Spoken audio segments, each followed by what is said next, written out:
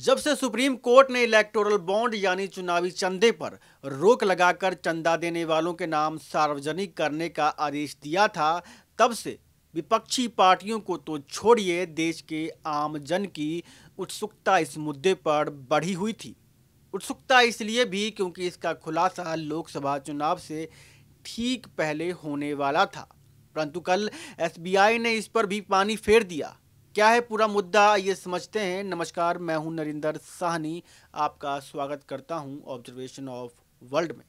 Electoral bond राजनीतिक दलों को चंदा देने का एक वित्तीय जरिया है, जिसे भारत का कोई भी नागरिक या कंपनी भारतीय स्टेट बैंक की चुनिंदा शाखाओं से खरीद सकता है और अपनी पसंद के किसी भी राजनीतिक दल को गुमनाम तरीके से दान कर सकता है।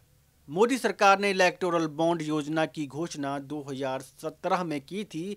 इस योजना को सरकार ने 29 जनवरी 2018 को कानूनन लागू कर दिया था। बीते महीने सुप्रीम कोर्ट के 5 जजों की बेंच ने इलेक्टोरल बॉन्ड को असंवैधानिक बताते हुए रद्द कर दिया था और स्टेट बैंक ऑफ इंडिया, जो कि इलेक्टोरल बॉन्ड बेचने वाला अकेला ऑफिशियल बैंक है, उसे निर्देश दिया था कि वह 6 मार्च 2024 तक अप्रैल 12 2019 से लेकर अब तक खरीदे गए इलेक्टोरल बॉन्ड की जानकारी चुनाव आयोग को दे। सुप्रीम कोर्ट ने कहा था कि इलेक्टोरल बॉन्ड को अज्ञात रखना सूचना के अधिकार और अनुच्छेद 19(1)(a) का उल्लंघन है। सुप्रीम कोर्ट ने यह भी कहा था कि राजनीतिक पार्टियों को आर्थिक सहायता से उसके बदले में कुछ और प्रबंध करने की व्यवस्था को बढ़ावा मिल सकता है, यानी एक हाथ से दो और बदले में कुछ लो वाली स्थिति कंडीशंस पैदा की जा सकती हैं।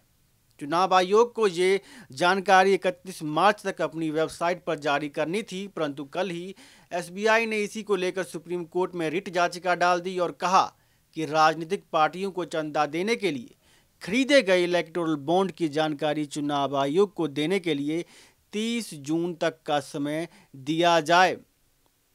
एसबीआई ने कहा कि वह अदालत के निर्देशों का पूरी तरह से पालन करना चाहता है। हालांकि डेटा को डिकोड करना और इसके लिए तय की गई समय सीमा के साथ कुछ व्यवहारिक कठिनाइयां हैं। इलेक्टोरल बॉन्ड खरीदने वालों की पहचान छुपाने के लिए कड़े उपायों का पालन किया गया था। अब इसके डोनर और उन्होंने कितने का इलेक्टोरल बॉन्ड खरीदा है, इस जानकारी का मिलान करना एक जटिल प्रक्रिया है। बैंक ने अपनी याचिका में कहा कि इलेक्टोरल बॉन्ड खरीदारों की पहचान को गोपनीय रखने के लिए बैंक ने बॉन्ड की बिक्री और इसे भुनाने के लिए एक विस्तृत प्रक्रिया तैयार की थी, जो बैंक की देश भर में फैली 29 अधिकृत शाखाओं में फॉलो की जाती हैं। एसबीआई ने कहा कि हमारी एसओपी के सेक्शन 7(1)(2) में साफ साफ कहा गया था कि इलेक्टोरल बॉन्ड खरीदने वालों की केवाईसी जानकारी को सीबीएस यानी कोर बैंकिंग सिस्टम में ना डाला जाए।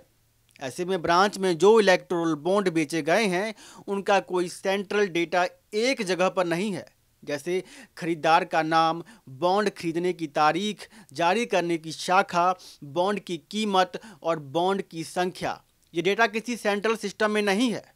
बॉन्ड खरीदने वालों की पहचान गोपनीय ही रहे, यह सुनिश्चित करने के लिए बॉन्ड जारी करने से संबंधित डेटा और बॉन्ड को भुनाने से संबंधित डेटा दोनों को 2 अलग अलग जगहों पर रखा गया है और कोई सेंट्रल डेटाबेस नहीं रखा गया। एसबीआई ने समय बढ़ाने के पक्ष में दलील देते हुए कहा, हर जगह से जानकारी प्राप्त करना और एक जगह की जानकारी को दूसरे जगह की जानकारी से मिलाने की प्रक्रिया एक समय लेने वाली प्रक्रिया होगी। जानकारियां अलग अलग जगहों पर स्टोर की गई हैं।